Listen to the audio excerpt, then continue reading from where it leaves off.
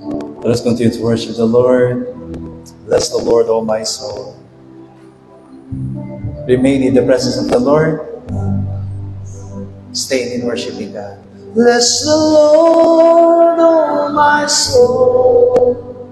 O my soul.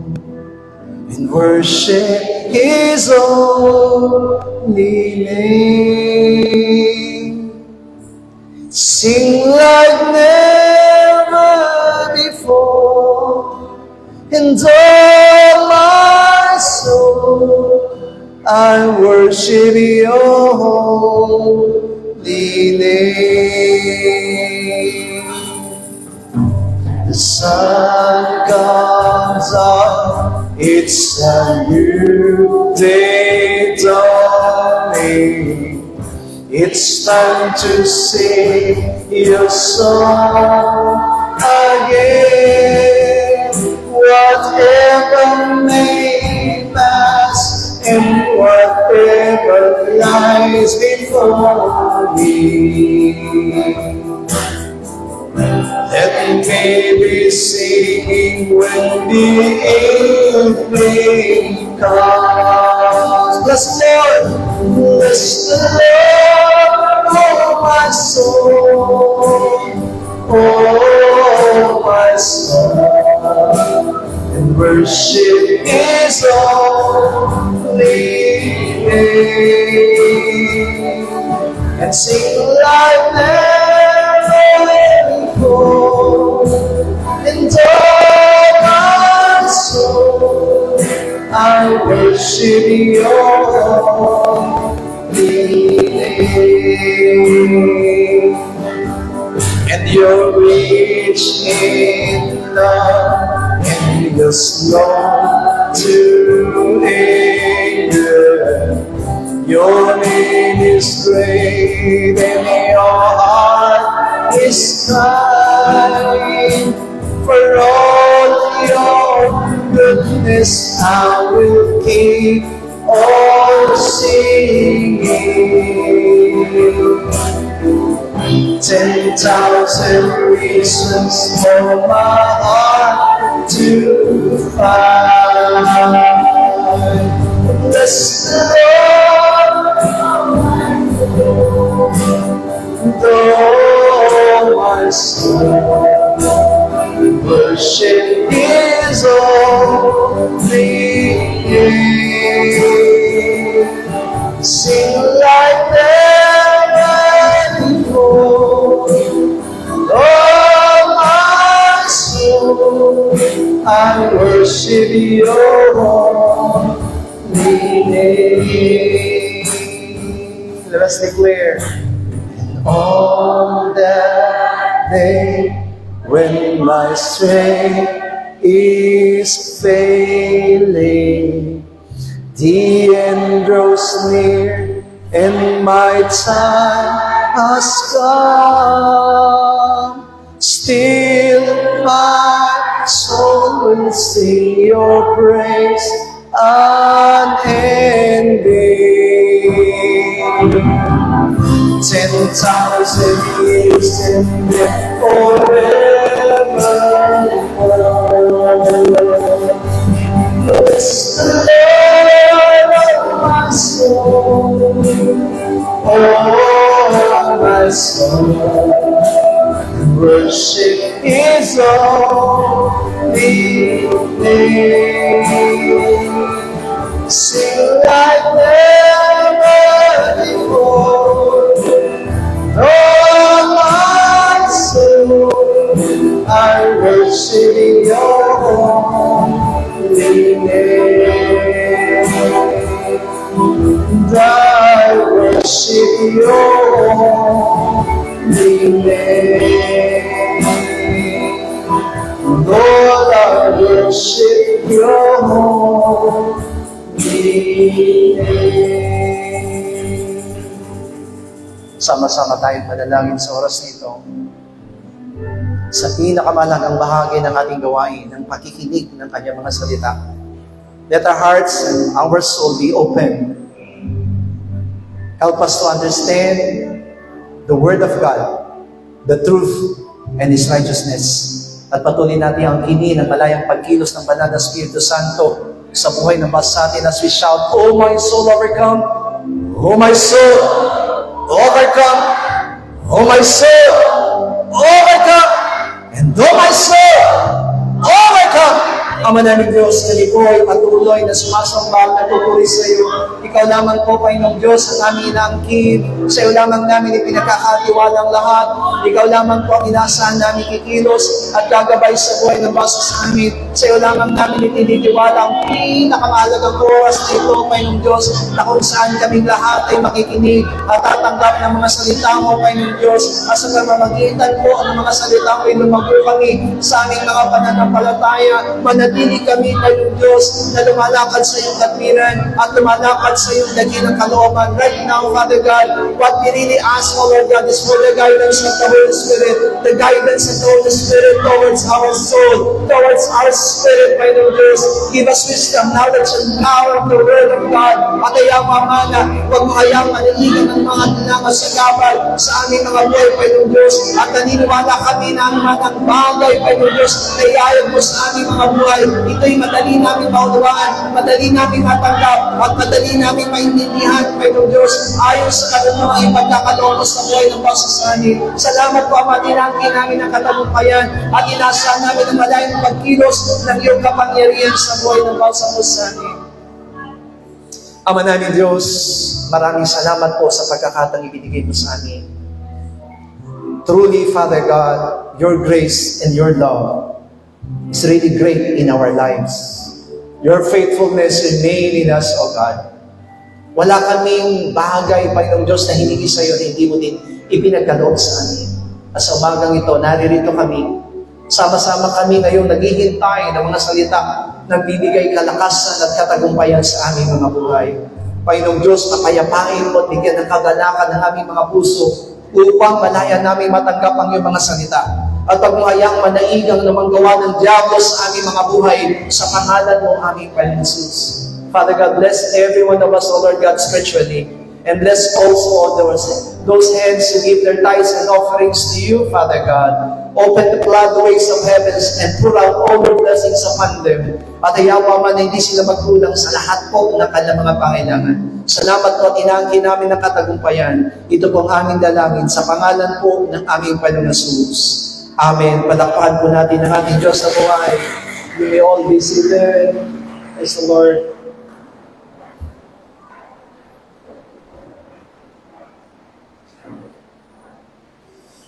Salamat sa Panginoon sa magang ito. Our children ministry is here. Amen. Lahat nga po ng ating bata sa church, pumalakpak sa Panginoon. Amen. So, nag-observe sila sa worship service para masanay sila kung anong gagawin nila paglaki nila. Please open your Bible to Hebrews chapter 12. Verse 22 to 28. Hebreo, kabanatang 12. Talata po'y 22 hanggang 28. Sabay-sabay po tayo. Datapwat, nagsilapit kayo sa bundok ng Sion at sa bayan ng Diyos na buhay, ang Jerusalem sa kalangitan at sa mga di mabilang na hukbo ng mga anghel, sa pangkalahatang pulong at iglesia ng mga panganay na nangatatala sa langit at sa Diyos na hukom ng lahat at mga spirito ng mga taong ganap na pinasakdal at kay Jesus sa tagapamagitan ng bagong tipan at dugong pangwisik na nagsasalita ng lalong mabuti kaysa sa dugo ni Abel. Pag-ingatan ninyong kayo'y huwag tumanggi sa nagsasalita sapagkat kung hindi nagkatadnan ang mga nagsisitangi o at itanggi sa nagbalita sa kanila sa ibabaw ng lupa, ay lalo pa tayong hindi makatatanan na nagsisihiwalay doon sa nagbabalitang buhat sa langit. Na ang tinig na yaon ay nagdapayanig noon ng lupa, datapat ngayon nangako siya na nagsasabi, minsan pa, yayanigin ko, hindi lamang ang lupa, kundi pati ng langit. At itong salita, minsan pa, ay pinakakahuluganan ang pagkaalis niyaong mga bagay na niyanig gaya ng mga bagay na ginawa upang mamalagi ang mga hindi inianib. Kaya't pagkatanggap ng isang kahariang hindi magagalaw, ay magkaroon kayo ng biyayang sa pamamagitan ito ay makapaghahandog tayo may paggalang at katakutan ng paglilingkod na nakalulugod sa Diyos. Amen. Our hope for God's kingdom. Every Christians, every believers, hope for God's kingdom. The Lord also asked us in the prayer and teach us, let your kingdom come. Which means, part of our spiritual life and part of our faith life is God's kingdom. Malaking bahagi ito sa buhay ng bawat isa sa atin. And the reason why we are putting our faith to Jesus Christ and believing in the Word of God is not only to receive physical or material blessings, but to let every one of us enter to God's kingdom. Sabi po ng salita ng Diyos dito, bawat isang mananampalataya ay nagsilapit sa bundok ng Sion. Mount Zion is equal also to the church. Mount Zion is the mountain of Moriah where Abraham offered his son Isaac to God. Si Abraham mismo ay tinawag ng Panginoon and go to the place of Mount Moriah to offer your son, your begotten son to me. Kaya nga po masasabi nating church is Mount Zion wherein all of us offer to God. Our begotten worship, our begotten offering, everything that is really special. Pag sinabing begotten, yun lamang yung tanging meron tayo. Kaya nga, hindi natin ipagkakait lahat ng bagay sa harapan ng Diyos. Kapag tayo lumalapit sa Kanya, di ba, this is only the place that we can offer everything to God. Sabi, ito rin yung place na kung saan narito yung mga panganay, itinuturing na panganay. Alam niyo ba pag sinabing panganay? Inheritor. Tagapagmana. Sabi nga po natin, tagapagmana. No. Hindi po tayo tagapagmana ng lupa, hindi tayo tagapagmana ng sanlibutan, pero tayo tagapagmana ng kaharian ng Diyos. We're longing for that inheritance of God's kingdom. Maaari nating maranasan lahat ng physical aspects in this world. Magsunikap tayo, maging masipag tayo, everything that is in this world. Pwede natin yan maranasan, at pwede natin yan matanggap sa buhay ng bawat sa atin. Pero pagdating sa kaharian ng Diyos, there is only one qualifications, and that is faith. And that is believing, and observing, and obeying and keeping the commands of the Lord sa buhay po ng bawat isa po sa atin. Kung matatandaan po natin, Galatians chapter 4, inilahad ni Apostle Pablo about the Mount Sinai and the Mount, amen po ba? Yung dalawang klase ng bundok. Amen. Ang sabi doon, it is a shadow of two kinds of promise of the Lord. Two kinds of woman. The woman who is really bondage and the woman who is really being free. Anino ito ng dalawang bundok? Anino ng dalawang babae na malaya at alipin? Ni Sarah at saka ni Agar. Ang sabi doon, bagamat sila'y parehong naanakan ni Abraham, but the promise remains in Sarah. Kahit na anong gawin po ni Agar, hindi matatanggap ni Ishmael yung mana na meron si Abraham. Tingnan niyo po, mas unang ipinanganak si Ishmael, pero hindi po siya itinuring na panganay. At ang itinuring lamang na panganay, ang begotten son. Ang sabi nga po doon, di ba kanina sa atin, that Abraham was commanded by the Lord, inutusan siya ng Diyos para pumunta sa Mount Moriah to offer his begotten son. Pag sinabing begotten son, wala siyang ibang anak, kundi si Isaac. So which means, mahalaga sa buhay ng basa sa atin, yung tinatawag na pagkapanganay. Lahat po tayo naranasan natin ng pagiging Ishmael. We are not worthy about God's blessings. We are not worthy about God's grace. We are not worthy of God's promise. No, wala po sa atin lahat iyon. Amen? Pero simula nang tayo'y makakilala kay Kristo at tinanggap natin yung katotohanan na nanggaling sa ating Diyos sa pamamagitan po ng ating Panginoong Jesus, we became sons and daughters of God. Kaya nga, di ba, pahalagahan natin bilang tayo'y mga anak ng Diyos. You are not only calling yourselves as sons and daughters of God. Kasi yung iba, ang alam lang nila, kapag sinabing anak ng Diyos, kapag nanalangin, tatanggap sila ng mga bagay na ipinangako ng ating Panginoon. No. We are not only inheriting and we are not only getting and receiving the things which is in this world, but also even outside of this world, and that is God's kingdom. At yun yung pinakahihintay ng bawat sa atin. Ang sabi ng talata na binasa natin, darating ang araw that Christ will come again.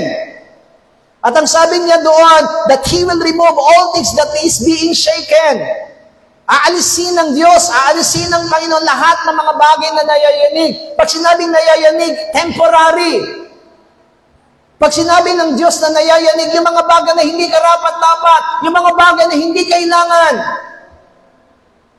At ang sabi, ano lang daw ang matitira?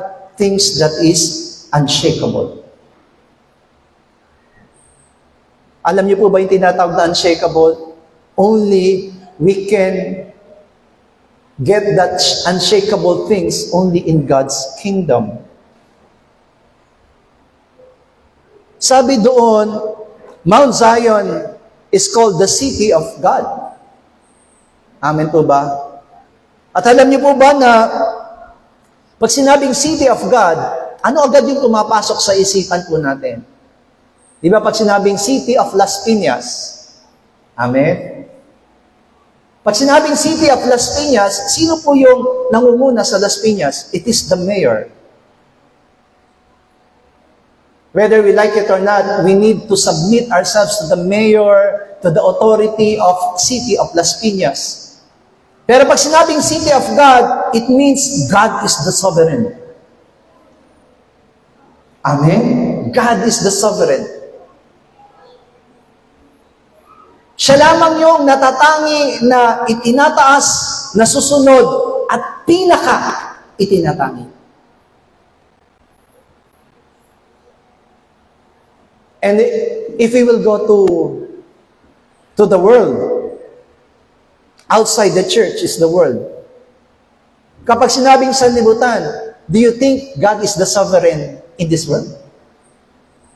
Sa tingin po ba natin, nararamdaman po ba natin sa sanlibutan, ang tunay na namumuno at ang tunay na naghahari ay ang Diyos? So it means, only the church. Tanging sa loob lamang ng iglesia, amin po ba, in the church. When we hear the word iglesia, it is not speaking about religion. Amen?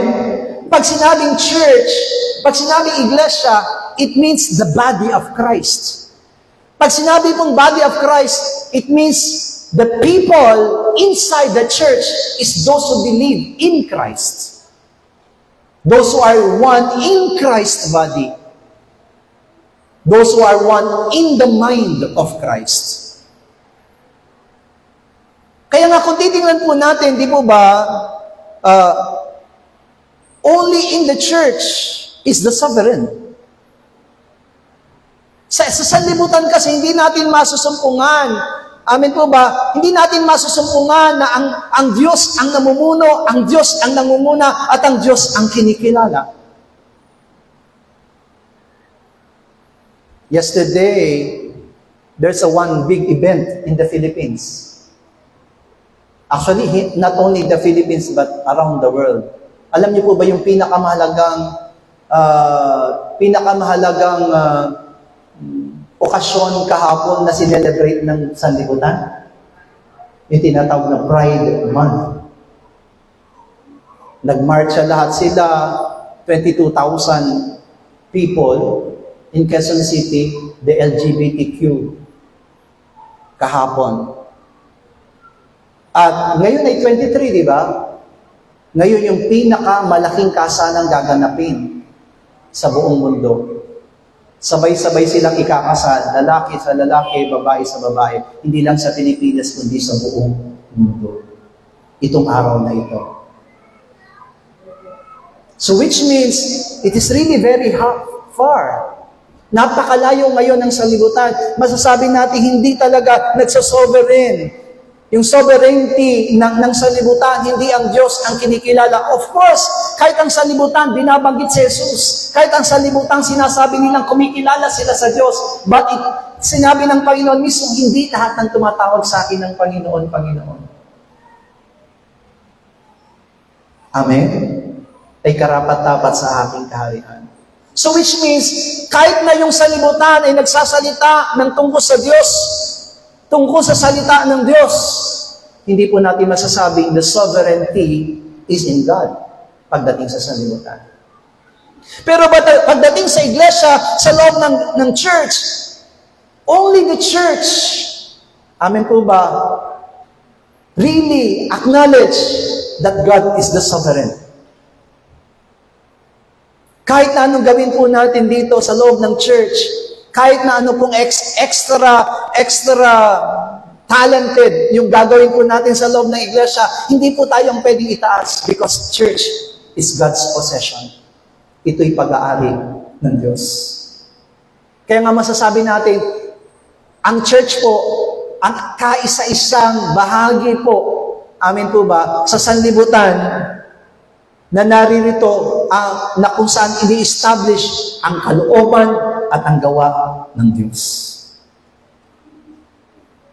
That's why when Jesus Christ encountered, amen po ba, yung tinatawag na kaguluhan sa isipan ng mga alagad in Matthew chapter 16, amen po ba,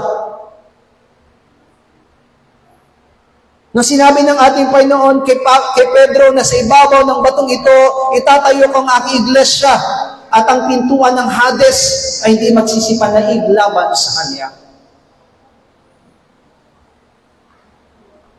Kaya nga, sa kalagitnaan ng Hades o ng sanlibutan, tanging iglesia lamang po yung tanging possession ng Diyos na sinabi mismo ng Mateo Kabanatang 16, talatang 18, na hindi ito mapananaigan ng anong magawa ng masama o ng kaaway. But of course, there is no perfect church.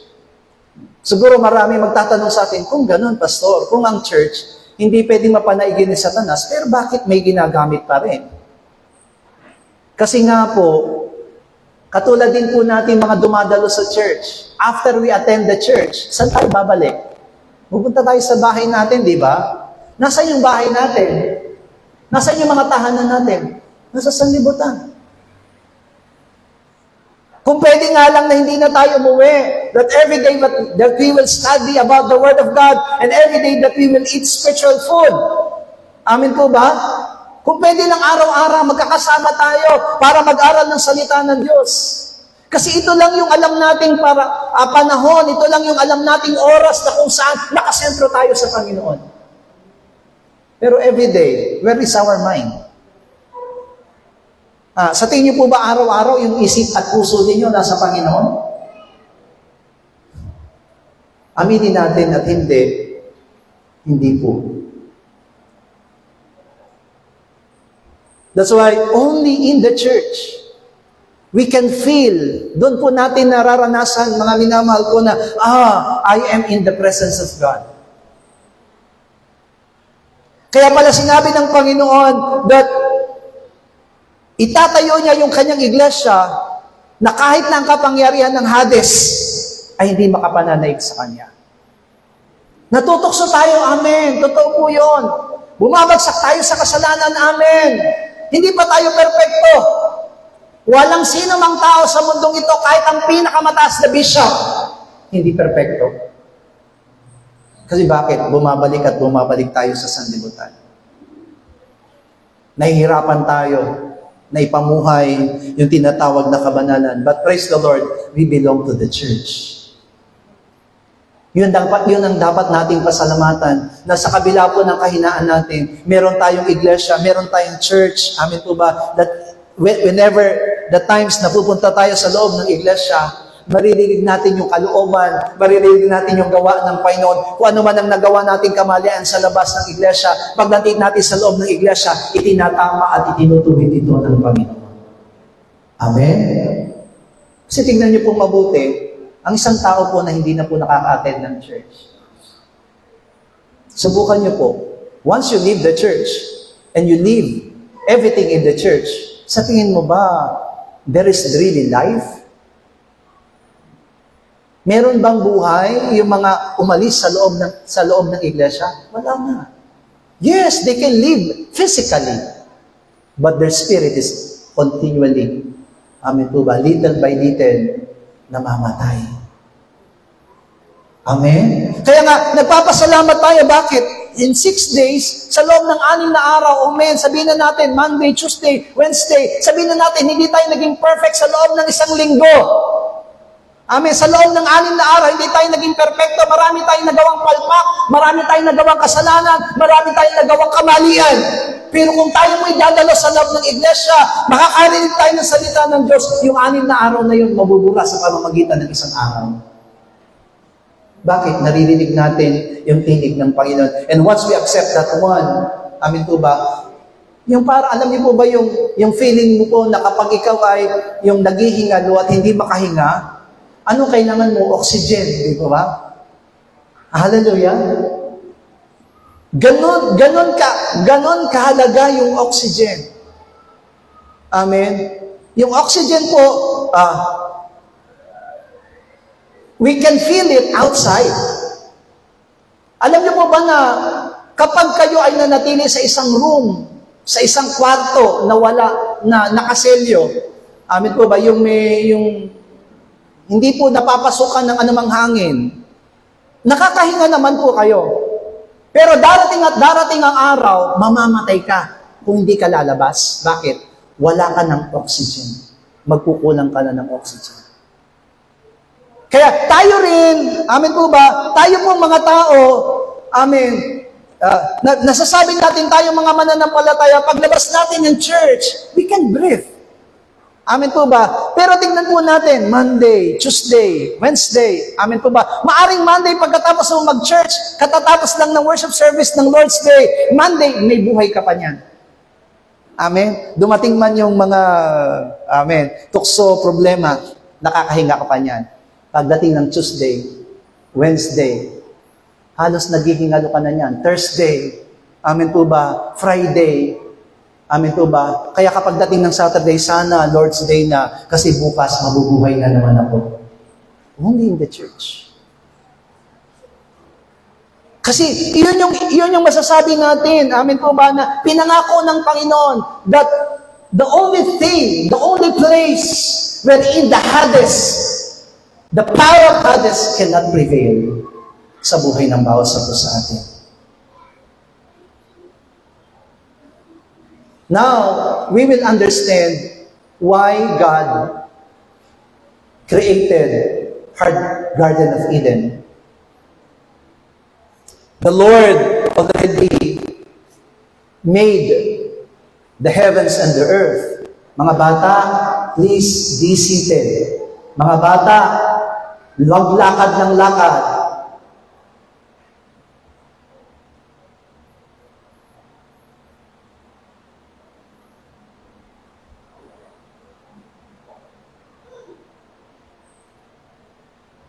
makinig ng salita ng Diyos. Pagkatapos ng worship service, tatanungin namin kayo kung anong napag-aralan ninyo.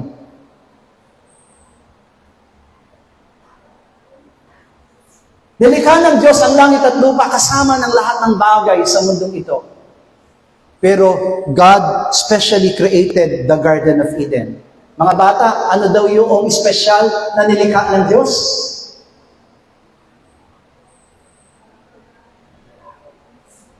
O mga nanay at tatay, ano daw yung special na place na nilikha ng Diyos? Garden of Eden. Tandaan natin, iba ang sanlibutan sa Garden of Eden. Amen? Huwag po tayong magkaroon ng pagkakamali. Yung Garden of Eden is really a place, a different place out of the world. At doon sa sanlibutan, may tao na po doon. Yung nilikha ng Diyos na lalaki at babae. Doon po inilagay ng Diyos yun sa sanlibutan. Samantalang sa Garden of Eden, naglikha ang Diyos ng isang tao po na mayroong spirito. And that is Adam. Amen po ba? Kaya ngayon, maintindihan po natin ano ang pagkakaiba ng mga tao sa loob ng church at saka sa labas ng church. Amen. Garden of Eden and the world is an example of church and the world. Yung lahat ng nasa loob ng church, tayo nasa loob ng iglesia, wala tayong pagkakaiba sa labas. Ang pagkakaiba lang natin po sa mga tao na nasa loob ng church, we acknowledge that we have our spirit. Ang dahilan kung bakit kayo nandito, it's not for your physical. Kaya nga tignan niyo po, tayo pong mga church members, kahit na nakaupo tayo dito, di ba, nararamdaman po ninyo, your physical is against what you are doing for your spirit. Ang may gusto na makinig ng salita ng Diyos, hindi ang katawan mo. Ang may gusto na makinig ng salita ng Diyos, yung spirito mo. Pero ang problema, sinong nagro-rule? Yung katawan ba ang nagro-rule doon sa spirito? O yung spirito ang nagro-rule doon sa iyong katawan? Ano po bang nararamdaman ngayon ninyo? Yung katawan po ba ninyo, kinokontrol yung spirito ninyo? O yung spirito ninyo, kinokontrol yung katawan ninyo? Malaki po ang pagkakaiba noon.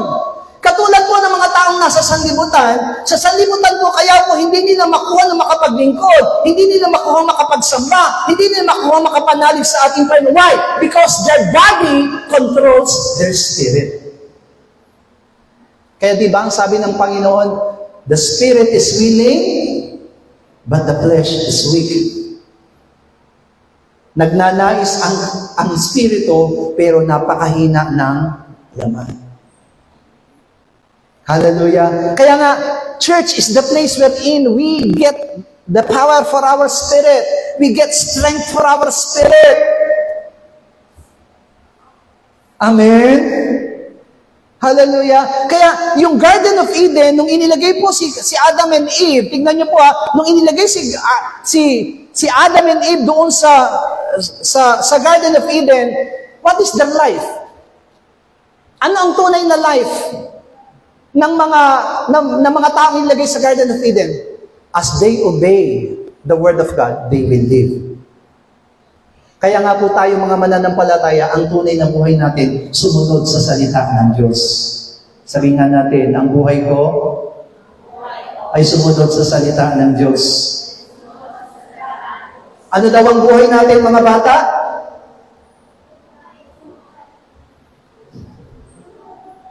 Diba? Ang buhay ko ay makinig ng salita ng Diyos.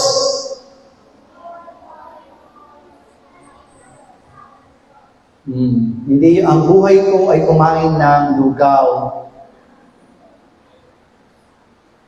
Yun yung sa sanlibutan, ang buhay nila para sa pisikal. Di ba, pag nasa sanlibutan tayo, ang lagi natin inisip, magtrabaho para kumita, pag kumita, kumain. Alam niyo po ba, kahit anong gawin natin, kain kayo ng kain, kain tayo ng kain, saan naman pupunta yung pagkain natin? Sa CR. Kapag hindi mo inilagay sa CR yan, mamamatay ka. Tandaan niyo po yun. Pag kumain kayo ng kumain, hindi kayo nag-CR, mamamatay po kayo. Bakit? Lalasunin ang buong mong katawan. Kasi dumi yun. Kaya mo idinudumi yun sa CR kasi marumi. Kaya kapag hindi kayo dumudumi, mamamatay kayo. Kadun din ng ihi. Inom kayo ng inom, di ba? Hindi po ala-ala. Di ba? Inom tayo ng inom ng tubig. Anong ginagawa ng tubig natin? Nagsisirculate lang. Kapag ininom natin, maya-maya, ihi ka. Kasi hindi mo pwedeng hindi yun ilabas. Subukan mong pigilin ang ihi mo. Mamamatay ka. Hindi ka naman mamamatay automatic. Pero subukan lang po ninyo. Meron po ba dito na 1 linggo na hindi umiihi? Yung mga nagda-dialysis, ganyan ang nararanasan nila. Hindi na sila umiihi. Kaya kailangan nilang ma-dialysis kasi yung dumi hindi na po nagsisirculate. Kaya tignan niyo po yung may mga sakit sa atay, maitim, madilaw, kasi marumi. Tignan mo yung katabi mo. Pag madilaw yung katabi mo, may sakit yan. Kapag nangingitim yan, ay baka ganyan lang talaga ang kulay niyan. Pero iba po yung itim na nararanasan po ng nadadialysis. Hallelujah. So, kailangan natin ilabas. Kaya, tingnan natin, now, maintindihan natin, kaya pala inilagay ng Diyos yung Garden of Eden. So, the Garden of Eden, mga minamahal ko, was put, amin po ba, inilikha yun ng Panginoon, especially for the men who have spirit. Kaya nga, kung titingnan po natin, where is the Garden of Eden now? Ang Garden of Eden now, alam niyo po ba, marami nagtatanong, nasa ng Garden of Eden? Nasa Turkey ba? Nasa ganito ba yung Garden of Eden? Amin po ba? We do not know. Para sa akin, sa sarili ko, hindi ko alam kung nasa ng Garden of Eden. But naniniwala ko, there's a spiritual Garden of Eden. And that is the church. Dito tayo inilagay ng Panginoon. Alam niyo kung bakit? Dito pwede natin kainin ang lahat. Wag lang ang bunga ng pagkalam ng mabuti at masama. Aba, pag ang church nagtuturo na maglasing kayo, magsugal kayo, sa tingin niyo church pa yun? Kung ang ituturo po sa kalagitnaan natin unrighteous, sa tingin niyo po masasabi pa siyang church? Hindi na siya matatawag na church. Kapag kinrompromise na-compromise po ang church natin sa salibutan, masasabi pa ba natin church? Hindi na pwede. Hindi na siya pwedeng matawag na church. Kaya kung titingnan po natin, the only life within the church is the life in the Word of God. Yung buhay daw natin nasa salita ng Diyos. Sabihin nga natin, ang buhay ko ay nasa salita ng Diyos. Mas malakas, ang buhay ko ay nasa salita ng Diyos. Mga bata, ang buhay ko ay nasa salita ng Diyos. Yung buhay natin ngayon, nandun lamang sa salita ng Diyos. Yes, we're still living with our flesh. Pero pagdating sa loob ng church, naintindihan na natin mabuti, ang tunay na buhay natin ay nasa sa salita ng Diyos. Kaya tingnan ninyo, nung pinalaya sina Eva at Adan sa Garden of Eden, what happened? Wala silang magagawa kundi mamuhay ng katulad sa sanlibutan. Hallelujah. Tingnan nyo, kaya sinabi na ngayon ng Diyos kay Adan, from now on, hindi ka nakakain ng hindi mo pinaghirapan. Kasi, di ba, sa Garden of Eden, kumakain sila everyday, wala silang hirap. Amen po ba? Actually, pagdating sa Garden of Eden, wala silang kinakain kundi vegetarian. Pwede mong kainin ang lahat ng bunga. Amen? Kailan natutong kumain ng karne ang tao nung lumabas sa Garden of Eden? Ngayon, matakaw na tayo sa karne. Amen? Kaya, kung anong kinakain niyo, nagmamanifesto sa atin. Kung ang lagi niyo kinakain baboy, ang magmamanifesto sa inyo, ugaling baboy. Tama? Hallelujah. Hindi niyo ba natetake yun? Ay, kaya pala minsan may ugali akong baboy. Amen? Hallelujah! Kung ang kinakain mo lagi ay kambing, meron ka ng ugaling kambing. Kaya minsan amoy. Hallelujah! lang kaya tayo naging ganito. Actually, ang original po na plano ng Panginoon sa atin, we will eat vegetarian. At ang tanging buhay natin na yung salita ng Diyos, that is Adam and Eve. Pero nung lumabas sila sa Garden of Eden, nag-umpisa na silang kumain ng kahit ano. Hallelujah. Kaya, tignan niyo po, nung tinawag ng Panginoon ng mga salita, anong naging command ng Panginoon sa kanila pagdating sa pagkain? Huwag ninyong kakanin ang lahat ng mga hayop na marumi. Hindi ko po kayo pinagbabawal kumain ng baboy. Amen. Masarap naman talaga ang karne ng baboy. Tama? Hallelujah. Pero, kahit tignan natin sa scientific, walang idinudulot na mabuti ang pagkain natin ng maraming karne ng baboy. Amen. Kaya siguro yung mga Islam, they do not eat pork. Kasi marumi talaga. Hallelujah. Kaya kinuman sila nun. Hallelujah. Kasi ang gusto ng Panginoon, even their body will be clean. Ngayon, pag bawalan mo, kahit may high blood ngayon, pag pinagbawalan mo kumain ng karne, magagalit pa sa'yo.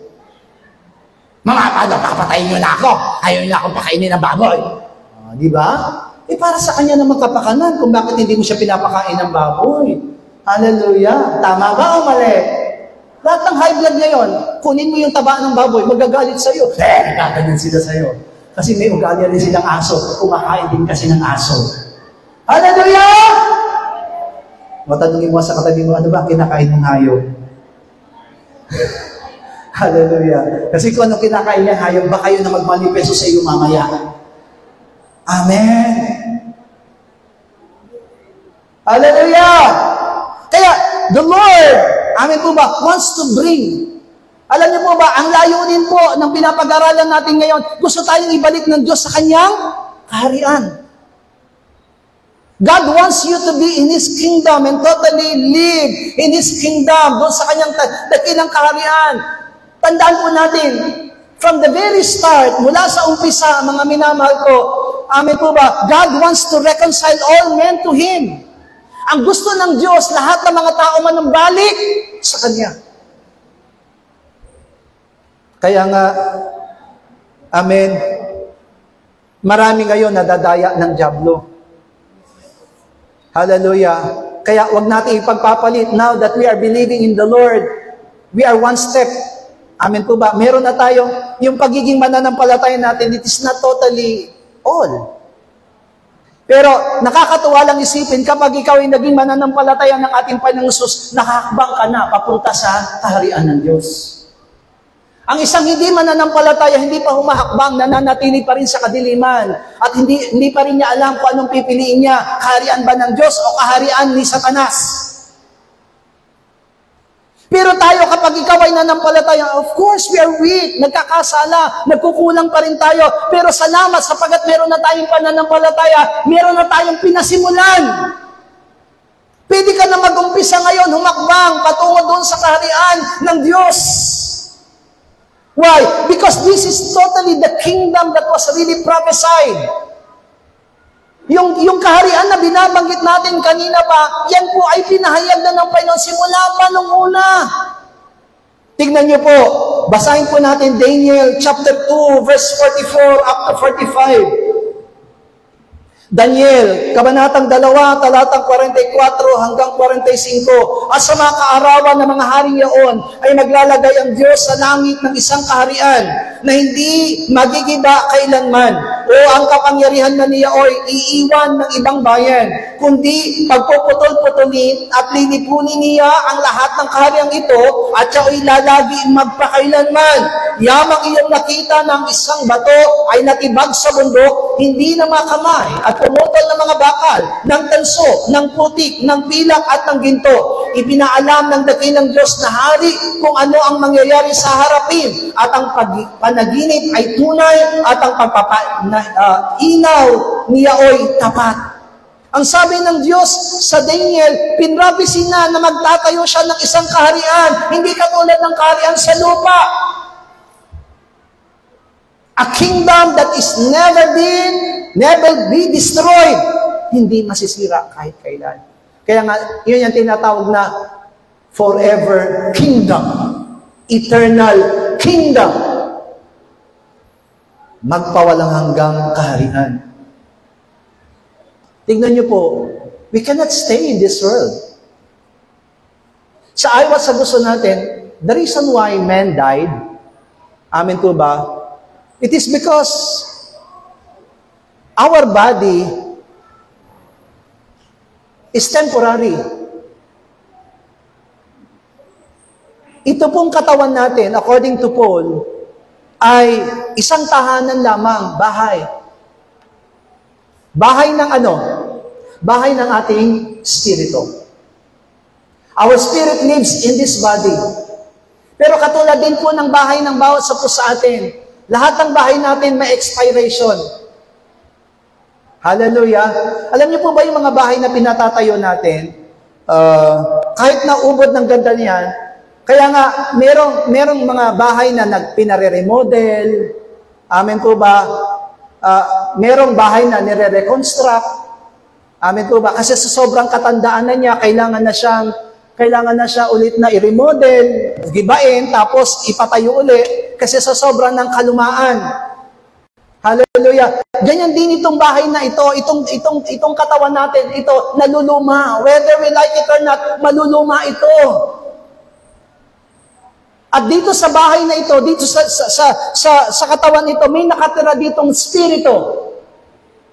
May nakatira ditong kaluluwa. At yung kaluluwa at spirito na yon ay magpakailanman. Ang sabi sa minsan na nating pinag-usapan, wala nang problema sa atin ngayon sapagkat yung spirito natin ngayon ay kasama na ng Panginoon doon sa langit. Amen po ba? Our spirit already have the written name. Amen po ba? Yung spirito natin kasi galing sa Diyos, babalik din sa Diyos. But the problem is our soul. Because that is our true self. Yung ating tunay na pagkatao ay yung ating kaluluwa. Kaya, yung kaluluwa natin ngayon, nangangailangan ito, mga minamahal ko, ng isang magiging kaharian. Matitirahan pagdating ng araw. Kung matatandaan po natin, according to John chapter 14, anong sabi ng chapter 14 ng Juan? Manalig kayo sa akin at manalig din kayo sa Diyos. Sabi niya, di ba? Sa bahay ng aking ama ay maraming silid. Ako'y paroroon at ipaghahanda ko kayo ng inyong matitirhan. Ngayon, iniisip na marami mga tao, kahit mga mananampalataya, aminin natin, iniisip natin na meron tayong katulad ng ganitong bahay. Hallelujah! So, sa totoo lang, maraming pastor, maraming mga Kristiyano, ang iniisip, kaya nga, inilalahad pa na maraming mga pastor, doon, ang inyong tatapakan ay ginto. Kaya yung maraming Kristiyano, amen! Kasi narinig nila ginto eh. Doon maraming diamante. Oh, amen! Mahilig sa diamante yung mga tao eh. Material pa rin. No. What the Lord is talking about is the glory of our spirit. The glory of our soul. Yung kalwalati ang tataglayin natin pag nandun na tayo sa piling ng ating Diyos. Sa totoo lang, hindi na tayo nangangailangan ng ganitong space pagdating ng araw. Ang nangangailangan lang ng ganitong space, katawan. Pagdating sa spirito, hindi na tayo nangangailangan ng space. Hindi na nga tayo matutulog eh. Hallelujah! Pagdating ng araw, our soul, anong gagawin niya day and night? Sasamba at magpupuri sa Panginoon. Kaya kung hindi ka sanay magsamba at magpuri sa Panginoon sa kasalukuyan, hindi ka pwedeng tumira sa kalangitan. Dahil doon, wala kang ibang gagawin kundi sumamba at magpuri sa Diyos. Hallelujah! So, yung ipine-prepare ng Panginoon sa atin, yung magiging bagong tahanan, spiritual body of our soul. Yun yung tahanan. At yung diamante at ginto na binabanggit mo, it is the glory that we will receive according to what we have done in this world, according to what we have done in our faith life, according to what we have done in our service to the Lord. Yun yung tatanggapin natin kalwalatian, yung sinag, yun yung liwanag na tatanggapin natin sa harapan ng Diyos. Now, the question is, are you willing to go Nagnanais mo ba tayo ngayon? Because our topic, di ba, hope for God's kingdom. Sa naririnig natin ngayon na isang kahariang hindi mayayanig, isang kahariang magpakailanman, yun po ba yung hinihintay natin? O mas hinihintay natin? Kasi alam niyo po ba na walang sino man po sa atin dito sa mundong ito. Amen po ba? Ang naglalayon kasi doon sa kaharian na yon. Alam niyo po ang gusto ng tao, sanlibutan. They love the world. That's why they cannot, hindi nila maiwan ang sanlibutan. Masarap ang sanlibutan. Napakakinang ng sanlibutan. Aaminin natin lahat. All things are good in this world. Pagkain, amen po ba, kinang ng sanlibutan, saya ng sanlibutan, nandito lahat sa sanlibutan. Sobrang saya sa sanlibutan. Amen? Hallelujah? Sobrang saya sa sanlibutan. Paglabas natin ng church, tignan niyo po, amen po ba? Sa loob ng church, iba kasi ang pinag-uusapan. We are talking only about the Word of God. We can hear only about the Word of God, about the will of God, about the work of God. Pero paglabas na natin ng church, iba-iba na yung maririnig natin.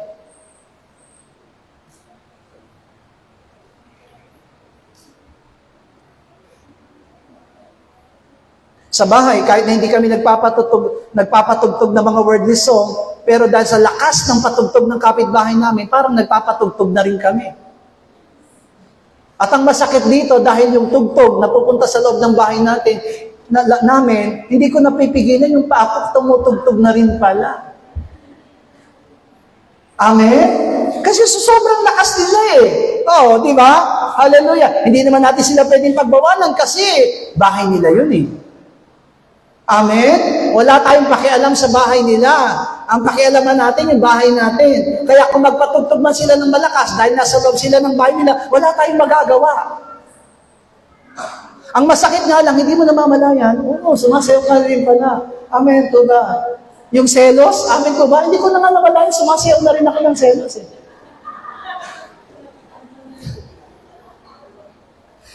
O aminin nyo, napasayaw kayo, di ba? Minsan. Ang puso ko, o di ba? Hindi man kayo napasaya, pero minsan napasabay ka. Nga po, iba pala yung kinakanta niya ngayon eh. Amen? Sinungaling kayo kapag hindi nyo sinabi sa akin na papasabay kayo. Hallelujah! Kasi nga, di ba, pumasok sa bahay mo eh. Amen? O subukan niyo po, yung mga kapitbahay natin dito magpatugtog ng selos. Baka kahit nasa loob na siya, habang nagpipreach si pastor, naririnig mo yung tugtog. Buti na lang na tahimik yung mga kapitbahay natin. Hallelujah! Pero totoo, tama? That our mind, even though we are already Christian, kahit na tayong mga mananampalataya, we are not yearning for the kingdom of God, but we are yearning for the earthly kingdom. Amen? Pero sabi ng Panginoon, lahat ng yan, gigibain ko.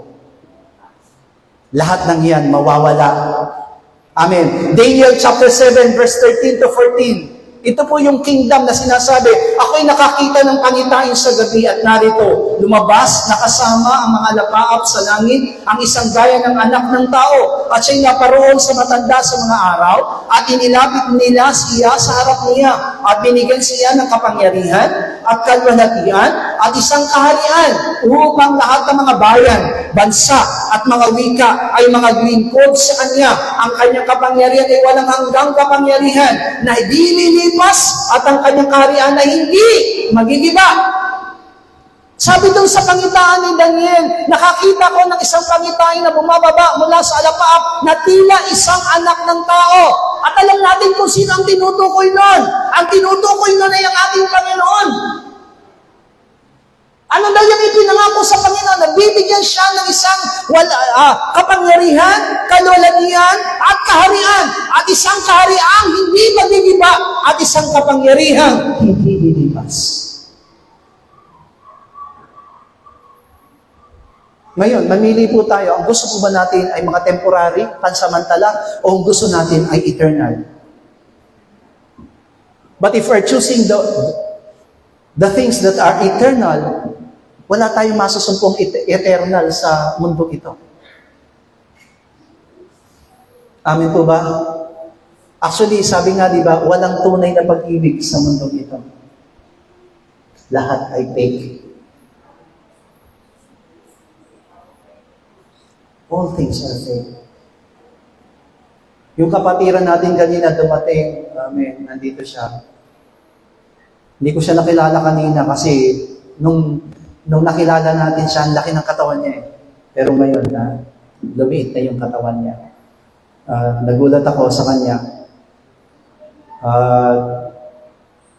Pamangkin, amin po ba, ni na Ate Vicky. Namatay na po kasi yung kanyang asawa at nag-asawa siya ulit. So, nung nag-asawa siya ulit, nakulong po yung kapatid natin. Nakulong siya dahil idinimanda siya ng kanyang naging asawa. You see? Yung sinasabing love ka niya, ngayon siya na ang nagdidemanda sa iyo. Kaya walang tunay na pag-ibig sa mundo ito. Amen? Pasensya na po kayo, may mga asawa dito at may mga kasintahan dito. I will tell you, pag namatay po kayo, papalitan kayo niyan. Si Lord po, kahit nagkakasala tayo, hindi tayo pinapalitan. Kasi ang pag-ibig niya, walang hanggan. Siya lang ang may tunay na pag-ibig. Hallelujah. Hindi ko sinasabi, hindi ka mahal ng asawa mo. Mahal ka niyan. Pero pag namatay ka niyan, pwede ka niyang palitan.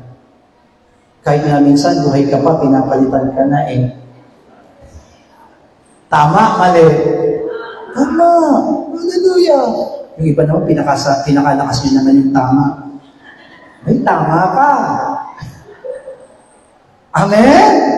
Hallelujah! Sasabihin niya sa'yo, ikaw lang ang minamahal ko. Hindi mo alam paglabas niyan. Yun din ang sinabi niya dun sa isa, ikaw lang ang mahal ko. Dalawa na kayo. Pero si Lord, kapag sinabi niyang mahal ka niya, totoo yun. At hindi yun magbabago kahit kailan. Kahit na magkasala ka laban sa Panginoon, kapag bumalik ka sa Kanya, mamahalin at tatagapan ka rin pa ng Panginoon. Palakpakan po natin ang ating Diyos sa lahat. We are looking forward for that kingdom, church. Yun ang gusto nating makamtan. Yung kaharian na yun ay pagkakaloob ng Panginoon.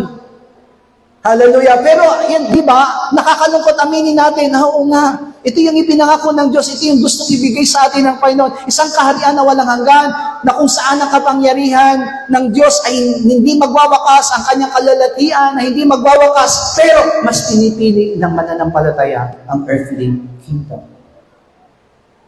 Hebrews chapter 11, verse 24 to 24. Amen po, 11:24. Sa pananampalataya, nang lumaki si Moises, ay tumanggik siyang tawaging anak ng babae ni Faraon. 26. Na inaring malaking kayamanan ang kadustaan ni Kristo kaysa mga kayamanan ng Ehipto, sapagkat ang kanyang tinitigan ay ang gantimpalang kabayaran. Sa pananampalataya sa 27, iniwan niya ang Ehipto na hindi natakot sa puot ng hari sapagkat nagtitiyagang tulad na nakakita niyon, hindi nakikita. Yung naging example dito is si Moises. Moises is called the Prince of Egypt. Amen? Si Moises po, alam naman natin yung storya ni Moises. Si Moises po ay pinangalan ng Moises sapagkat ang ibig sabihin ng pangalang Moises ay kinuha mula sa tubig. Amen? Iniahon mula sa tubig. Ano ibig sabihin ng Moises, mga bata? Oh, yan. Hindi na nakikinig yung mga bata sa likod.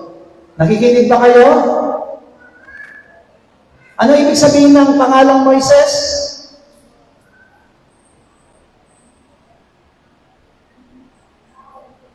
O, bibigyan ko ng 100, yung makakasagot. Wala, di ba? Ang ibig sabihin ng pangalang Moises ay kinuha mula sa tubig. Ano daw ibig sabihin ng pangalang Moises? Okay. So, kinuha siya mula sa mula sa tubig, amen, at inampun siya ng isang anak ng Faraon. Yung anak na babae ng Faraon. So, naging prinsipe siya ng Egypt. Ibig sabihin, tagapagmana na siya ng Egypt. Kahit naampun lang siya, itinuring siyang anak. Pero kung titingnan po natin, of course, that is the will of God. Kung bakit lumayas si Moises doon sa Egypt, sapagkat siya'y nakapatay. Pero alam niyo mo ba na lahat ng iyon ay kaparaanan ng Diyos? Kapag sumunod ka doon sa tinatawag na kalooban ng Panginoon, kayamanan o kalooban ng Diyos, mas pinili po ni Moises yung kalooban ng Diyos kaysa doon sa kayamanan ng Egypt. For the sake of the Christ. Yan po ang hinahangad ng Diyos sa atin, na magkaroon tayo ng ganong klase ng puso. Mas piliin natin, amen po ba? Hallelujah. Not the earthly foods, not the earthly things, not the earthly lifestyles. Amen po ba? Kasi ganyan ang Israelita eh. Amen po ba? Mas pinili na yung earthly things, earthly food, earthly lifestyles. Pero ang sarap pakinggan na magtatatag ang Diyos ng isang kaharian na hindi magigiba at hindi lilipas. Lahat nga po ng gustong pumasok sa kahariang hindi lilipas at hindi magigiba, magsabi ng amen. So, from the very start, it was already prophesied. Hindi natin pwedeng sabihin, mga minamahal ko, na yung kaharian na pinag-aaralan natin ngayon, ay ngayon lamang ito lumitaw. It means from the very start, mga minamahal ko, since the time of Israelites people, nandun na po yung tinatawag na kapahayagan ng Diyos doon sa plano ng Diyos na magtatatag siya ng isang kahariang walang hanggan. Ngayon, ito na yung panahon. Bago dumating ang ating Panginoong Hesus, God called spiritual Elijah, and that is John the Baptist. Last Friday, napag-aralan natin din yan. John the Baptist was called the greatest prophets among all the prophets. Bakit? Sapagkat he's the most humble, mapagpakumbaba, and, amen po ba, hindi niya kinuha ang anumang accounts, hindi niya kinuha kahit na anumang acknowledgement sa kanyang buhay. He acknowledged the Lord, the Lamb of God, which is Jesus Christ. Ano ang naging pangangaral po ni Apostle Juan o ni John the Baptist? Matthew chapter 3, verse 1 up to 3. At ng mga araw na iyon ay dumating si Juan Bautista na nangangaral sa ilang ng Judea na nagsasabi, "Mangagsisi kayo sapagkat malapit na ang kaharian ng langit. Sapagkat ito ay ang sinalita sa pamamagitan ni Propeta Isaias na nagsasabi, ang tinig ng isang sumisigaw sa ilang, ihanda ninyo ang daan ng Panginoon, tuwirin ninyo ang kanyang mga landas." John the Baptist, sabi dito, the first, ang unang-una, mga minamahal ko, the gospel that was spoken by John the Baptist before Jesus Christ came, before Jesus Christ went to his public ministry. Repent, for the kingdom of God is at hand. Yung pinrapisi doon sa lumang tipan na kahariang walang hanggan, kahariang hindi magigiba, eto na, ipinapahayag na, malapit na. Alam niyo po ba itong tinatayo na condominium dito sa tabi ng church natin? Dati po plano-plano lang yan eh. Na problema tayo kasi kapag worship service natin, anong problema natin? Paglabas natin, amoy pintura tayong lahat. Kasi yung mga dyan, tuwing linggo, di ba, ang patakaran pala dyan, Monday to Saturday, nagpupukpok sila. Yung lahat ng pukpukan, yung mga pipi na mga bus, mga sasakyan na pinapagawa, pinupukpok na nila para hindi sila nakaka-disturb. Pagdating ng Sunday, ng Lord's Day, ang gawain naman po nila ay spray. Yung mag-spray sila ng mga pintura kasi hindi maingay. Amin po ba? Spray lang naman eh. So kaya pag nag-church tayo, di ba, amoy natin yon kasi yung hangin mula dyan, amen. So, plano-plano lang. Naririnig ko noon, sinasabi nila magtatayo dito ng condominium. Hindi kami naniniwala halos noon eh. Imposible magtatayo ng condominium. Parang wala namang balak umalis yung may talyer dyan. Pero ngayon, eto na po, nakikita natin. Naumpisahan yung condominium, yun yung nauna. Amen po ba? Nakita natin. Pero ngayon, all the floors are being finished. Amen. Tapos na po yung isang floor. Ngayon, nakikita naman natin yung sa bandaron. Amen po ba? Nakatapos na rin siya at pinipinturahan na lang. Siguro, pinu-fully furnished sa loob. At kung titingnan po natin sa bandang likod, meron ng, amen, may bagong building na. At nakita ko dito sa banda rito, halos tapos na po lahat ng mga parking lot. Hallelujah. Yung katabi pala natin, parking lot. Yan, parking lot po yan. Hallelujah. Pagdating ng araw, makikita niya dyan mga sasakyan. Ibig sabihin, kumbaga parang nakikita na natin yung katapusan. Na pagdating ng araw, whether we like it or not, ang katabi na talaga natin dyan, condominium. Yung mga arawan dyan ng mga kapatiran, pagdating ng araw, hindi na kayo maarawan dyan. Meron na dyan shade. Matatabingan na kayo ng condo dyan. Hallelujah. Yung sinasabi sa Matthew chapter 3, verse 1 to 3, ganito po yun. Nung dumating si Juan Bautista, yung kaharian ng langit, eto na sabi niya, at hand na, malapit na. And the word of the Lord is, repent. Sabi niya, magsisi kayo, sapagkat ang kaharian ng Diyos o kaharian ng langit ay malapit na. Why? Because all men, alam niyo po ba, ang katayuan ng mga tao noon, all men belongs to the devil. We are all slave of the devil. We are all bondage of devil's kingdom. Colossians chapter 1 verse 13. Sabay-sabay po tayo magbabasa. Amen. Colossus, kabanatang 1, talatang 13, na siyang nagligtas sa atin sa kapangyarihan ng kadiliman at naglipat sa atin sa kaharian ng anak ng kanyang pag-ibig. So dito makita natin doon, when the Lord Jesus Christ, amen po ba, said that the kingdom of God is at hand, ang una niyang ginagawa, mga minamahal ko, ay ang paglipat.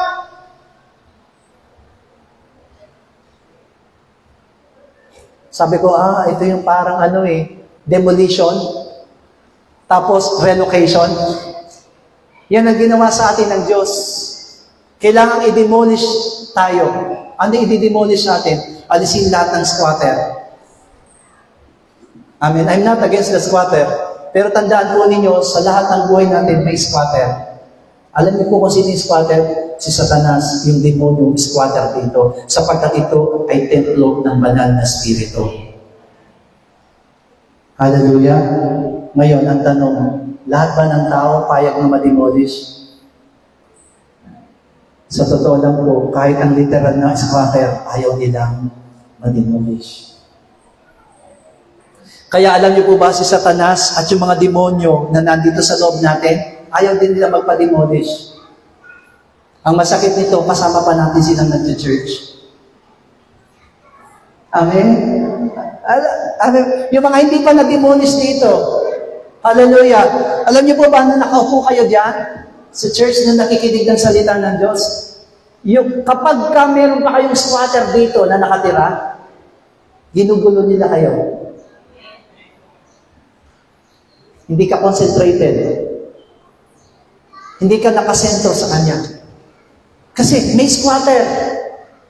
Kaya sabihin mo sa katabi mo, palayasin mo ang squatter sa buhay mo. Kaya, ang sabi ng Panginoon, from the kingdom of darkness, He transferred us into the kingdom of lightness. Where is the kingdom of lightness? The kingdom of the Son. Tandaan po natin sa kadiliman, walang joy, walang truth, walang peace. Kaya ang nais ng Panginoon sa atin, mailipat tayo. Hallelujah. Kaya ang hangarin ng Panginoon ngayon sa atin, i-elaborate, iparanas sa atin, ipakilala sa atin kung ano ang kaharian. Kaya nang dumating ang ating Panginoong Jesus, eto na, tingnan niyo po, nung dumating ang ating Panginoong Jesus, Matthew chapter 4, verse 17, Mateo, kabanatang 4, talatang 17, sabay-sabay. Mula noon ay nagpasimulang mangaral si Jesus at magsabi, magsisi kayo sapagkat malapit na ang kaharian ng langit. The purpose of the Lord, the purpose of Jesus, the reason why Jesus Christ came, it is to establish the kingdom. Itatag na yung kanyang kaharian. Marcos chapter 1 verse 14 to 15. Pagkatapos ng madakip ni Juan, ay napasa Galilea si Jesus na ipinangangaral ng Ebanghelyo ng Diyos at sinasabi, naganap na ang panahon at malapit na ang kaharian ng Diyos. Kayo'y magsisi at magsasampalataya sa Ebanghelyo. Jesus Christ Himself, ang dahilan kung bakit maparito ang ating Panginoong Jesus, alam na natin. Not to be in the world, not to experience the world, but to establish His kingdom. Kaya ang hinahanap ng Panginoon ngayon, yung magnanasa, yung nais magkamit ng kanyang kaharian, yung ang puso ay nasa yung nandun sa kahariang itatatag ng Panginoon. Pero sa kalagitnaan ng pagtatatag ng Diyos ng kanyang kaharian, the devil wants to destroy that restoration of God's kingdom. Sinisira. Amen po ba? Jesus wants to establish His kingdom for the sake of God's people. And Jesus wants to reach out all men to be in that kingdom. Pero the devil is trying to steal. Kaya diba, John chapter 10 verse 10, na magnanakaw ay pumarito para pumatay, magnakaw, manira. Hallelujah. Yan ang ginagawa. Kaya kahit na nasa church na tayo, tinitira pa rin tayo ng dyablo. Kasi alam niya, tayong lahat, ang target natin, kingdom. Hallelujah. We are going forward for that kingdom. Kaya, hindi lamang ito pinrapisi, kundi sinabi ito mismo ng ating Panginoon. The kingdom of God is at hand. That is 2,000 years ago. Tandaan po natin, 2,000 years ago, nung idineclare ito ng Panginoon sa atin. What do you think? That kingdom of God is already still inbuilt? Sa tingin niyo po ba na yung kingdom of God itinatatag pa rin ngayon? Hindi po. Ito na yung panahon, mga minamahal ko, ng last days, wherein the kingdom of God is almost finished. We do not know when the Lord Jesus Christ will come. Sa totoo lang po, walang nakakaalam sa atin kung kailan darating ang ating Panginoon. But if you understand about what happens to the world, kung ano nangyayari ngayon sa sanlibutan, masasabi niyo malapit nang dumating ang ating Panginoon. That's why we need to know and understand the kingdom which cannot be moved. Kailangan natin maunawa mabuti. Saan ba yung tinatawag? O ano ba yung kaharian na yon na hindi matitinag? John chapter 18, verse 36. Juan kabanatang 18, talatang 36. Sumagot si Jesus, ang kaharian ko ay hindi sa sanlibutan ito. Kung ang kaharian ko ay sa sanlibutan ito, ang aking mga alipin na ay makikipagbaka upang ako'y huwag maibigay sa mga Hudyo. Ngunit ngayon ang aking kaharian ay hindi rito. Jesus Christ Himself said, that kingdom of God is not in this world. Maliwanag, mga minamahal ko, kung kayo po, naglalayon kayo na manatili sa sanlibutan, tandaan natin, hindi natin masusumpungan ang kaharian ng Diyos sa sanlibutan. Romans 14:17, inilalarawan ni Apostol Pablo kung anong klase ang kaharian. Roma 14:17, sabay-sabay, sapagkat ang kaharian ng Diyos ay hindi ang pagkain at ang pag-inom, kundi ang katuwiran at ang kapayapaan at ang kagalakan sa Espiritu Santo. That's why, si Pablo po, alam niya sa kanyang buhay, naintindihan niya po sa Pablo, that even though I suffers, I do not eat, I have struggled in this life, hindi ko pa rin ipagpapalit si Kristo sa aking buhay. Romans chapter 1, verse 16 up to 17, I do not ashamed. Hindi ko ikinakahiya ang Ebanghelyo ni Kristo. Amen? Sabi niya doon, hindi kinakahiya ang Ebanghelyo sapagkat siya'y kapangyarihan ng Diyos ay kaniligtas ng bawat sumasampalataya. Si Pablo mismo, alam niya kung anong dapat niyang pahalagahan. Church. Tandaan po natin, ulitin ko sa inyo, only the church are the possession of God in this world. Kung wala ang church, alam niyo po kung wala ang church ngayon, wala na. Niligpit na ng Diyos ang sanlibutan kung wala ang church. Kaya lang nananatili pa ngayon ang sanlibutan because of the church. Amen? Di ba sabi niya, if there is 10 righteous people, I will not destroy Sodom and Gomorrah. Hallelujah! Kasi hindi naman natin alam kung ilan ang righteous people ngayon sa church. Amen po ba? Marami na mga church ngayon, pero alam niyo po, kaya nananatili pa ngayon ang sanlibutan because of the church. Because as long as the church evangelize, as long as the church preach the word of God to all the people, mananatili ang sanlibutan. Kasi gusto ng Panginoon marami pang maligtas. Pero ang problema po, ninanasa ng Diyos na maraming maligtas, pero yung mga iniligtas, bumabalik sa sanlibutan. Nasa kaharian ka na nakaharian ka na ng Diyos, lumalabas ka pa. Ganun ang nangyayari ngayon sa mga marami mananampalataya. Nasa kaharian na sila ng Diyos, pero lumalabas pa. Kasi nga, masarap sa sanlibutan eh. Alam niyo po ba yung kaharian ni Satanas? Makinang. Amen? Kaya nga natukso si Eva na kainin ng bunga ng pagkalam na mabuti at masama eh. Kasi makinang. Sa itsura pa lang masarap. Hindi pa niya natitikman ha. Sa itsura pa lang, masarap. Iyan ang sanlibutan. Kaya sabi doon sa talata na binasa natin, sabi nito, we are going to that heavenly Jerusalem. Hindi po tayo pupunta sa isang literal na Jerusalem sa Israel. Ang pupuntahan natin ay tinatawag na heavenly Jerusalem. Saan nag-start yung amin po ba? Alam niyo po ba kung saan nag-start yung reign of the heavenly Jerusalem? Church. Dito nag-uumpisa. That's why in the church we are being trained. We are being disciplined. Amin po ba? Dito natin nararanasan yung pagdisiplina ng Diyos. Pagtuturo ng Panginoon, pagtutuwid ng Panginoon sa loob ng church. Hindi natin mararanasan yun sa labas ng church. Kasi dito tayo tinetrain para yung way papunta doon sa heavenly Jerusalem ay maranasan ng bawat isa po sa atin. Kaya ang tanong ngayon, are you really willing? Hinahanap po ba natin? Are you longing for that one? Kamustahin natin yung puso natin. Kahit na ba sinabi ito ng salita ng Diyos, binanggit ito ng salita ng Diyos, ikaw ba ay nagnanasa na maging panganay bilang tagapagmana ng Diyos? Na nararanasan mo ba sa iyong buhay na hanapin? Gusto ko mapunta doon sa kaharian. Hallelujah. That's why families is very important. Sa buhay po ng basa sa atin ngayon, huwag nating panghinayangan. Amen. Kung halimbawa man, kaya sabi nga, do not judge yourself. Yes. Nagkakasala tayo, nagkukulang tayo because the devil is around. Alam niyo kung bakit kayo nagkakasala? Maraming demonyo. Nandiyan ang diablo sa kapaligiran.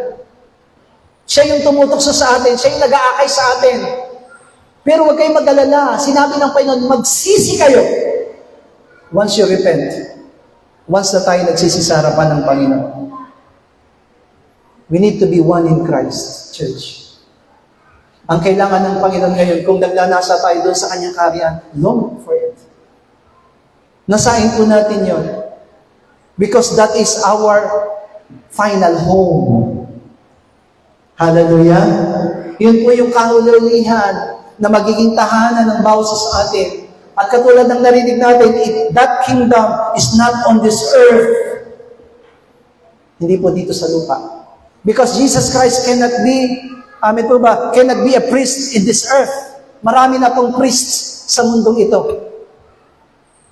Pero dahil sabi doon, meron tayong isang dakilang saserdote na kung saan isang tabernakulo na hindi ginawa ng kamay ng tao, kundi ginawa mismo ng Diyos. Ano yung offering niya doon? Ano yung in-offer ni Jesus Christ doon? Hindi dugo ng hayop, kundi kanyang mismo sariling dugo. The eternal blood of Jesus Christ was being offered to that tabernacle as a priest once and for all. Kaya nga po, yung kasalanan ginawa mo kahapon, yung kasalanan ginawa mo ngayon, at yung kasalanan gagawin mo bukas, ay mayroon ng kapatawaran. So, ibig sabihin, palabas na, kahit na magkasala ko, pwede na. Hindi po sinasabing gano'n. Ibig sabihin lamang po nito, there's really a reservation of forgiveness. Pinatawad ka na ng Panginoon sa kasalanan ginawa mo noon, pwede kanyang patawarin sa iyong kasalanan gagawin ngayon kung ikaw ay magsisisi. At kung magkasala ka man bukas, at kung ikaw ay magsisisi, meron din ni-reserve ang Panginoon na kapatawaran. Kaya tingnan niyo po, nung ang Panginoon ay nasa krus, amen? At sabi nung isang magnanakaw na salarin sa Panginoon, Panginoon, alalahanin mo ako kapag ikaw ay nasa iyo ng kaharian. Anong sagot ng Panginoon? Ang sabi ba ng Panginoon sa kanya, hindi ka pwede kasi magnanakaw ka. Hindi kita tatanggapin kasi salarin ka. Hindi ka karapat dapat doon. Anong tugon sa kanya ng Panginoon? Ngayon din ay isasama kita sa paraiso. So once na tayo po ay nakita ng Panginoon, kasi ang hinahanap ng Panginoon natin is really a willing full heart. Yung puso natin. Opo, paglabas natin ng church, we are not perfect. Paglabas natin ng church, makasalanan tayo, maaring marumi tayo, may nagagawa tayong pagkukulang. Amen po ba? Pero tandaan natin, once na tayo bumalik sa Kanya at nagsisi sa Kanya, may reserve ang Panginoon ng forgiveness. And you are still qualified. Bakit? Kasi ang una, meron ka ng hakbang na ginawa, na palataya ka na. Yung mga taong nasa sanlibutan, wala pa silang unang hakbang. Ayan pa sila sa sanlibutan, hindi pa sila nananampalataya. Hallelujah. Tayo, especially kayong mga nabautismuhan na, pag sinabing nabautismuhan na, pinili mo na makipag-isa kay Kristo. Yes, you are not really perfect. You are not yet in that perfections. Pero, umakbang ka na. Nanampalataya ka na. Hallelujah. Kaya, yung pag-asa natin, para sa kahariang iyon, we need to choose. Hallelujah. Para tayo ngayon si Eva at Adan. Pipiliin ba natin yung ipinagbabawal o mas pipiliin natin yung ipinag-uutos? Hallelujah. People of God, tinatanong tayo ng Diyos, ang pipiliin mo ba ay yung ipinag-uutos o yung ipinagbabawal? Ikaw magpapasya. Kung gusto mo papabilang doon sa kaharian, because your hope is for that kingdom. You're hoping for that kingdom of God. Hanggang ngayon, wala pang laman yung kingdom. Only the King is there. Jesus Christ. Kaya nga muli siyang babalik eh. Kaya kahit na yung mga mananampalataya na kasama natin, mga kapatiran natin, mga mahal natin sa buhay na namatay, na nananampalataya kay Kristo, wala pa doon sa piling ni Kristo. Ang nangyayari pa ngayon, natutulog pa lang sila. Namamahinga pa lang sila. Amen po ba? Pagdating ng araw, babalik si Jesus, ano mangyayari? Gigisingin muna sila. Hindi tayo mauna sa kanila. Hindi rin sila mauna. Sabay-sabay. Lahat ng nanampalataya kay Kristo na nangamatay, muli munang ibabangon. Lahat ng mga nanampalataya na madalat na ng Panginoon na tapat sa Kanya, anong gagawin? Inatuwing kalaban ay, you will be raptured. Kukunin. Doon magmimit lahat ng namatay kay Kristo at lahat ng buhay na nadatnan ni Kristo, magmimit doon sa alapaap. Sabay-sabay pupunta doon sa Kanyang kaharian. Hallelujah. Kaya dapat niyong maintindihan, lahat ng namatay ngayon, wala pa doon sa piling ni Kristo. Hallelujah. At wag din kayong maniwala doon sa sinasabi na matatanda ng lahat ng namatay natin, binabantayan tayo. Gusto niyo bang bantayan kayo ng patay?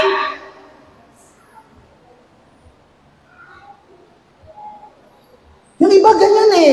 Yung mga namatay nila, huwag ka mag-alala, binabantayan ka ni Papa. O kasi binabantayan ka ni Papa kasi yung Papa mo, demonyo nga ngayon. Hallelujah! Kasi kung tunay siyang mananampalataya, hindi siya magbabantay sa iyo. He will rest in peace. Hallelujah? Hindi ka binabantayan. Kung may itinuro sa iyo yung tatay mong namatay tungkol sa salita ng Diyos, yun ang bantayan mo, itinuro sa iyo ng tatay mo. Ngayon, kung yung tatay mo namatay na hindi mananampalataya, wala ka na rin magagawa sa kanya. Hindi mo na siya pwedeng ipag-pray. Kasi nung buhay pa siya, naging matigas sa ulo niya, ayaw nang tanggapin si Kristo, ayaw manampalataya, ayaw maglingkod kay Kristo, wala na tayong magagawa. Hallelujah? Naintindihan ko ba natin? Kaya sino may malaking pag-asa ngayon? Tayong buhay.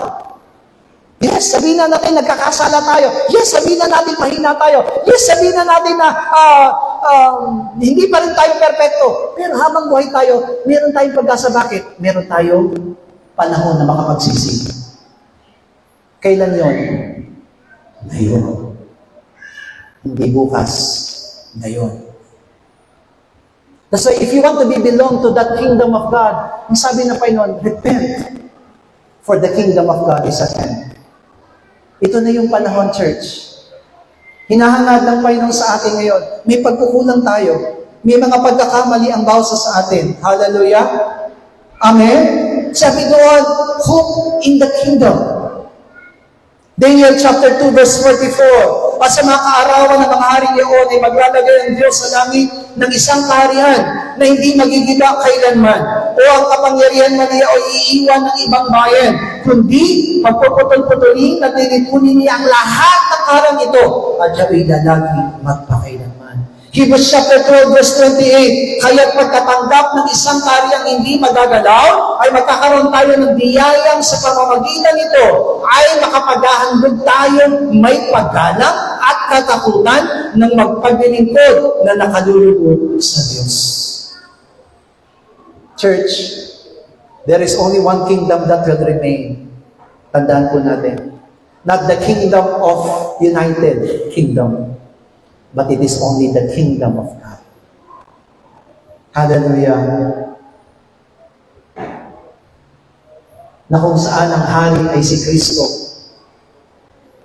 That's why God feels so sorry about the people of Israel. Sabi ng mga bayan ng Israel, Panginoon, Amen, Moises, sabi niya, the priest to Samuel, sabi niya, Samuel, saserdoting Samuel, sabi ng mga salita, ask God to give us king. Bigyan mo kami ng hari. Isang hari na mamumuno sa amin, isang hari na makikipaglaban sa amin, isang hari na laging sa amin. Sabi ni Samuel, anong kasalanan ito na inyong ginawa? Because Samuel understands, naintindihan ni Samuel, hindi kayo dapat maghihingi ng hari at hindi kayo dapat umanap ng hari kasi meron na tayong hari. Amen? Tayo rin sa church. Ang tanging ibinibilang nating hari ngayon ay si Kristo. Kaya kung meron ka pang ibang sinasamba, kung meron ka bang ibang pinaglilingkuran, magtatampo sa iyo ang Panginoon. Kasi ang tanging Panginoon lang natin, ang tanging hari lang na kinikilala natin is Kristo. But the problem is the church, naghahanap tayo. Kaya sa buhay ng basa sa atin, that king on that heavenly kingdom is waiting for us. Hinihintay po tayo. Hinihintay ang kapasyahan ng basa sa atin. Ang tanong, naglalayon ba tayo na maranasan ang kaharian ng Diyos?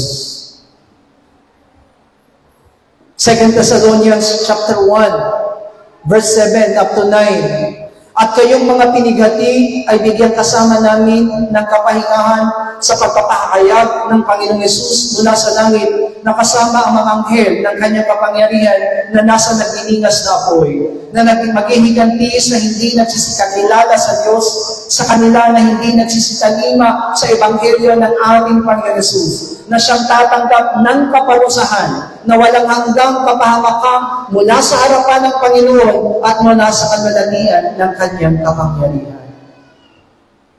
Sabi niya, lahat namang hindi magsasatalima, lahat ng hindi magsisipagyuko at magsisigawa sa Ebanghelyo ng ating Panginoon Jesus ay tatanggap ng kaparusahan. Church, are you willing to accept the gospel of the Lord? Are you putting your hope to God's kingdom? Sa araw ba na ito, naranasan natin at naramdaman ba natin, mas gusto ko na mapabilang sa kaharian ng Diyos. At gusto ko makarating dun sa kaharian ng Diyos. It is already prepared. Ang hinihintay na lang ng Panginoon sa amin. Di ba?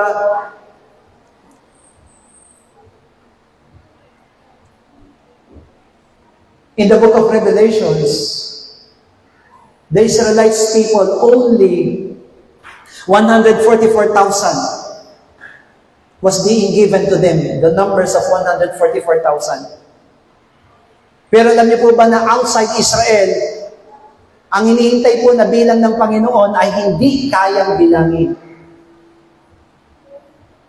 Pero kahit na hindi kayang bilangin niyon, ang hinihintay ng Panginoon ay ang ating kapasyahan. What is your choice? What is your decision? Ang gusto mo ba'y tanggapin yung walang hanggang kaharian na ibibigay ng Panginoon o ang tatanggapin mo ay yung kaparusahan at walang hanggang kapahamakan mula sa harapan ng Panginoon? Tinatanong tayo ng Panginoon ngayon. Hallelujah. Sabi ng Diyos sa atin last Friday, magsilapit kayo at magsiparito kayo, mga napapagal at nabibigat ang lubha, at kayo'y aking pagpapahinahin.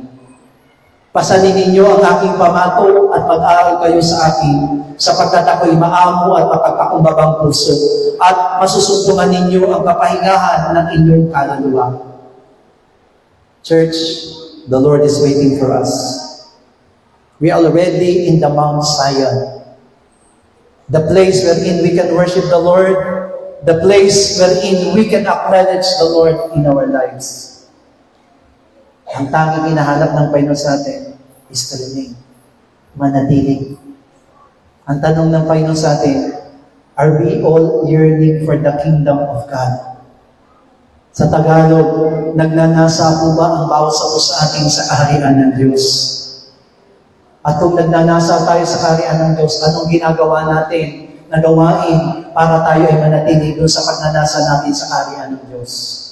Limutin natin yung sanlibutan. Kalimutan natin ang mga bagay sa sanlibutan. Kahit na mahirap, kahit na masasabi po natin hindi napakadali ang pinagdaraanan natin, focus. Amen po ba? Tingnan natin yung ating nais marating sa harapan ng Panginoon. Sabihin nga po natin, oh my soul, yearn for God's kingdom. Oh my soul, yearn for God's kingdom. Oh my soul, yearn for God's kingdom. Oh my soul, yearn for God's kingdom. Ay, nung lahat ay tumayo sa oras nito.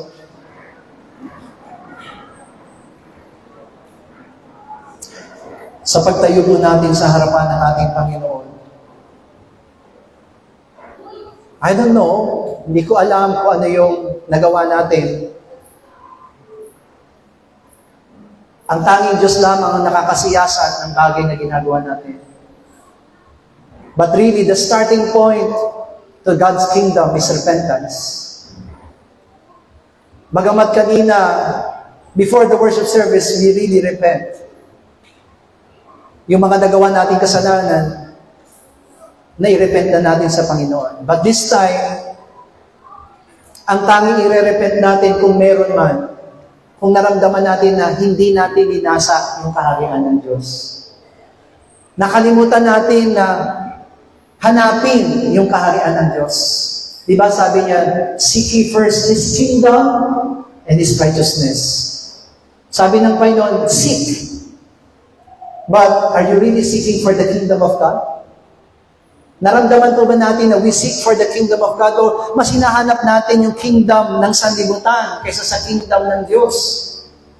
Kaya sa oras na ito, ang nais ng Panginoon, kung naramdaman natin na hindi natin siya inuuna, hindi natin siya nararamdaman na hanapin sa buhay natin, mas hinahanap natin yung kapakanan ng ating katawan, kapakanan ng hinahanap ng ating katawan, kagalakan ng ating katawan, kasarapan ng ating katawan. We need to repent before the Lord because that is not the heart that really longs for God's kingdom. But the heart that really hopes for God's kingdom is yearning. Katulad ni Apostol Pablo, hindi ko ikinakahiya ang Ebanghelyo. Hindi ko ikinakahiya ang mabuting balita. Ito ang tinatanggap ko at ito ang tatanggapin ko at ito ang susundin ko, ito ang tatalimahin ko sapagkat nais kong makarating doon sa kaharian ng Diyos. Today, manalangin tayo sa Panginoon. Let us really ask the Lord, magpakumbaba tayo sa harapan ng Panginoon at manalangin tayo sa Kanya, Lord, patawad kung hindi ko hinahanap ang iyong kaharian, kung hindi ko ginagawa ng paraan para makarating ako sa iyong kaharian. Patawad, Panginoon. At hayaan mo na sa umagang ito, muling manumbalik ang kasiglahan ng puso ko na hanapin ang iyong kaharian as we shout, Oh my soul, oh my God! Oh my soul! Oh my God! Oh my soul! Oh my God! And oh my soul! Oh my God! Ama namin Diyos, naririto kami lahat ngayon na nagpapakumbaba, Panginoon, sa iyong harapan ng Diyos. Ikaw ang nakakaalam ng aming mga buhay. Nalalaman mo, Panginoon Diyos, kung ang aming puso ay nalayo sa iyong kaharian at hindi namin ito hinahanap at hindi namin ito nais-masumpungan. Pero Panginoon, hayaan mo na sa bagong ito matapos namin marinig, Panginoon Diyos, na kami nasa loob ng iglesia, Father God, to verify our longing, Father God, for the kingdom of Diyos na inihanda mo para sa ating lahat. The kingdom that will not be shaken, the kingdom that will not be moved, the kingdom that is eternal, O God, ang aming naghahari ay ang aming Panginoon Jesus. Ama, hayaan mo na mula sa araw na ito lang, O God, hayaan mo na pagarihan mo kami, pagkakatawanin pa rin kami mga pagkukulang, o nungalayo pa rin kami sa iyo, at maaari ang hinahanap pa rin namin, Panginoon Diyos, ay ang sanunod, pag-awan, Panginoon God, sapagkat nakikita mo pa rin ang mga pagkukulang, nakikita mo pa rin ang mga pagkakamali, at hindi namin pinaparealidad ang kaharian mo sa aming mga buhay. Patawad, Panginoon God, kung nagnanasa pa rin kami, Panginoon God, sa kinangan sa limunan, at kinang sa kaharian ng kadiliman, at hindi sa iyong kaharian ng kalwanagan. Panginoon, patawad o Diyos, at hayaan mo na maging malinis kami, Panginoon God, tulungan mo kami na mag-umpisa, Panginoon God, na kami na ngayon ay nasa loob ng iglesia, kabilang sa iglesia, kabilang sa bahagi ng iyong katawan, Panginoon God. Hayaan mo na lagi mo kami magnasa, makarating sa iyong kaharian, at naranasan ng iyong kaharian, Panginoon Diyos. Huwag mayang mahawa kami ng sanlibutan, Panginoon God, na sa pag-uwi namin, Panginoon God, sa aming mga tahanan. Hayaan mo ang Ama, na lagi mo namin natupad, at magawa pa rin ang lahat ng bagay na kalooban mo, mga bagay na nilanais ko, mga bagay na siya kalooban mo, sa kailabas sa amin, upang maging narapat kami, at maging kalumalugan kami sa iyong kaharian, at magawa namin ang lahat ng bagay na ilugan, at kalungkot mo namin mga buhay, at sinang mga kasalanan, at sinang mga bagay na malaki, at sinang mga pagdarayan ng demonyo, at sinang pagdarayan ng diablo, sa buhay na pasok mo sa amin right now! Father God! We yearn for your kingdom. We're longing for your kingdom, O God. Let your kingdom come. Let your kingdom come. Let your kingdom come upon this church, O God. Jesus! Jesus! Ama, hayaan mo na ikaw ang laging maging hari sa aming mga buhay. Maghari ka sa buhay ng bawat sa amin. Maghari ka sa aming mga pamilya. Maghari ka sa aming iglesia, Panginoon Diyos. Maghari ka sa aming mga puso, Panginoon. Father God, huwag mo hayaan hiwalay kami sa iyong katwiran at dakilang kalooban. Ama, salamat sa paglilinis mo. Marami kami naging kahinaan. Maaring marami kami nagiging mga pagkakamali, O Diyos. That we are considering ourselves as Christian, but our lives really totally in this world. Panginoon, patawad po kung ganun ang nangyayari sa aming mga buhay. Patawad kung naibibilang namin ang aming mga sarili bilang mga anak mo. Pero sa kabila ng lahat, ay nabibilang pa rin kami, Panginoon Diyos, sa pagiging kapwa ng kadiliman. Patawad, Panginoon. O Diyos, hayaan mo na maging sincere ang aming mga puso. Hayaan mo ng kabigatan, Panginoon Diyos, sa aming mga buhay. Hayaan mo, Ama, ang tunay na pananampalataya sa iyong mga salita. ay patuloy na mamalagi sa puso at isipan namin mula bata hanggang sa pinakamatanda, Panginoon Diyos. Mula sa aming mga children ministry, sa aming youth, O God, sa mga kananayan at katatayan na naririto, Panginoon Diyos, buksan ng lahat ang aming mga pusong kaisipan, magburahin mo ang lahat ng ginagawang pandaraya ng diablo sa aming mga buhay, Panginoon Diyos, upang maiwanag kami sa iyong kaharian. Father God, thank you, Jesus. Thank you for letting us, Lord, to hear this kind of word. Thank you for letting us, Lord, to have the joy in our hearts, O God.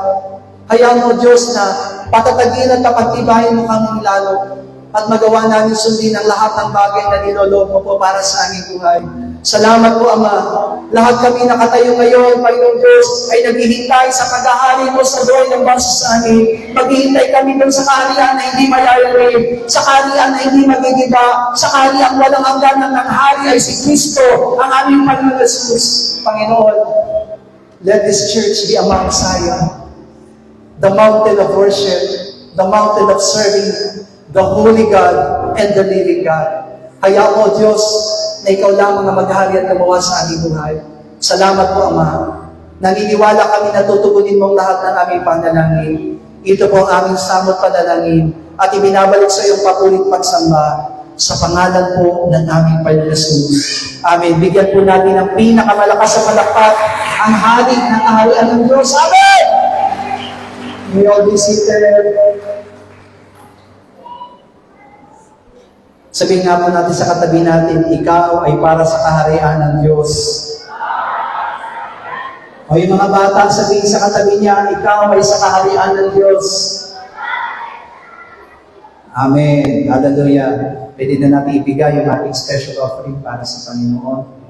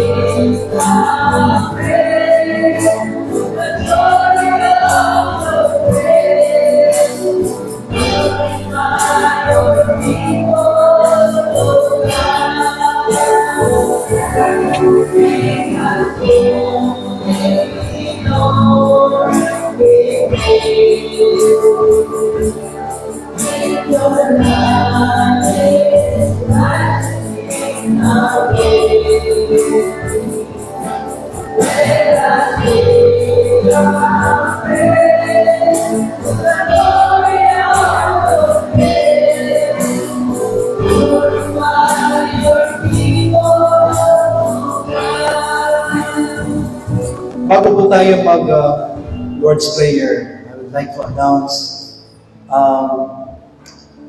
ang Cebu Holy Joy Church ay nangangailangan po ng 8,000 pesos for the resurvey ng ating pong lote, lupa doon sa Cebu. But praise God, last night we have received 5,000 pesos for the resurvey. Meron na po tayong 5,000 piso para po sa survey ng ating lupa. Yung ating lupa po sa Cebu ay katulad po nito. Kasing haba po nito yung ating lupa sa Cebu. 3 lote po yun ng tiga 240 square meters. So 4 na lote po yun, 3 lote po yun. Ay, tama ba? Kasi ito 8, 9, 10, 11. 4 po. 4. May 1,000 po kasi ito. Ganito po kalawak yung lote po natin sa Cebu. Pero nangyari nga po ay inaagaw po nung katabi natin yon. Bagamat titulado na po yung sa atin and nakapangalan po yun sa Philippine Holy Joy Church. Pero simula po nung gibain yung kalsada, ay naalis po yung muhon ng ating pong lupa. So nabura, nawala po yung muhon. Kaya po ngayon, alam naman natin sa lupa, dito sa sanlibutan ay may mga gahaman at hindi po kontento doon sa meron sila. Kaya kinukuha po nila yung 1 metro doon sa ating pong lupa. Ang ating pong church ay nagbigay ng 1 meter na right of way. Kasi po may mga nakatira sa likod na wala po silang dadaanan. Ayaw silang bigyan ng ating lupa na katabi. So ang ginawa po ni Pastor Joe ay binigyan po sila ng right of way. So mula doon sa bungad hanggang sa dulo ay binigyan po sila ng 1 meter na right of way. So pwede po silang magdaan, bisikleta at saka motor. Pwede po dumaan. So ang nangyari po, nagpa-resurvey po yung katabi nating lupa. Ang ginawa po nila, yung surveyor, hindi po namin alam kung anong nangyari. Ang sinukat po nila ay mula doon sa binigay nating 1 meter hanggang doon sa kanila. Kaya ang nangyari po, kung sasabihin po siguro, sasabihin nyo sa akin, Pastor, di wala ng problema kasi ganun din naman. Totoo po yun. Kasi ang kinuha naman po nila ay yung 1 meter na ibinigay nating right of way. Pero ang problema po, pag natituluhan po nila yung lupa na yon, nakasakop po yung ating 1 meter, kailangan po nating magbawas ulit ng isang 1 meter sa atin kasi meron po tayong pinangako sa barangay na magbibigay ng 1 meter na right of way sa mga tao. So, sa madaling salita, magiging 2 meters right of way. Kaya kailangan po, ang mangyari po ay magpa-resurvey po tayo para yung tamang sukat. Kaya nga, ang mangyayari ngayon, kasi po yung sukat na yon tama na. Kaso, syempre po, hindi natin alam kasi mga surveyor lang naman, hindi ko din alam. Basta, ang nangyari po, sinukat nila yung right of way natin, sinakop. Kaya, nabawasan na tayo ng 1 meter, mababawasan po ulit tayo ng 1 meter. Kaya, ang nangyari po ay, kailangan magpa-resurvey para yung point to point ay ma-direct. Kaya kapag mali yung sukat nila, tanggap naman daw nila. Kaya lang kailangan nating magbayad. So namamanihikan po ako sa mga kapatiran na gusto pong tumulong personally po para po sa ating pong resurvey. Ang kailangan na lang po natin ay 3,000 pesos. So nananawagan po ako sa inyo kung gusto po ninyong tumulong for that 3,000 pesos ay after the worship service, please approach me, Pastor. Ganito. Lumapit po kayo sa amin. Hindi naman po kailangan 3,000 pesos ang sagutin nyo. Kung sasagutin mo yung 3,000 pesos, praise the Lord. Hallelujah. Actually, nangangailangan po ang Cebu. Nangangailangan po ang Cebu ng kanilang fund for children graduation. Graduation po nila sa susunod na Sabado sa June 29. So sabi nila, Pastor, kahit sa food lang, ay pwede kami humingi ng tulong sa main church.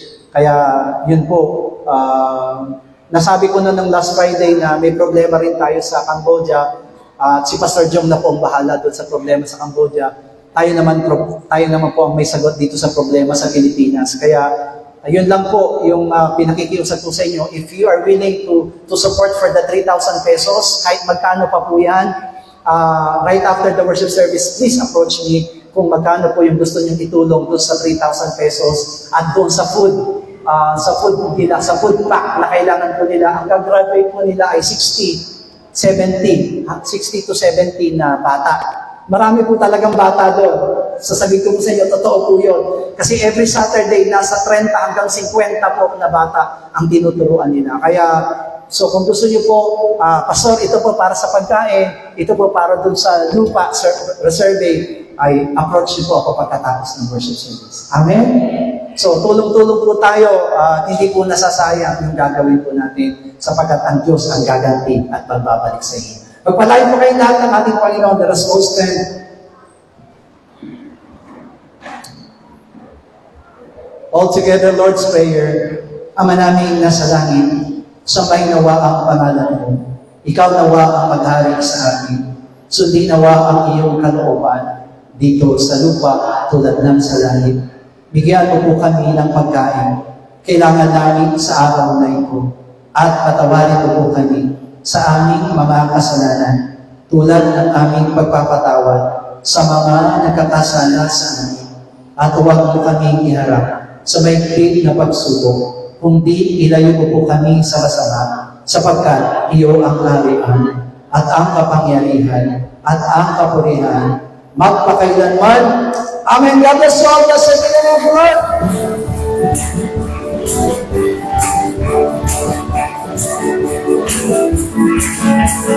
Blessed be the name.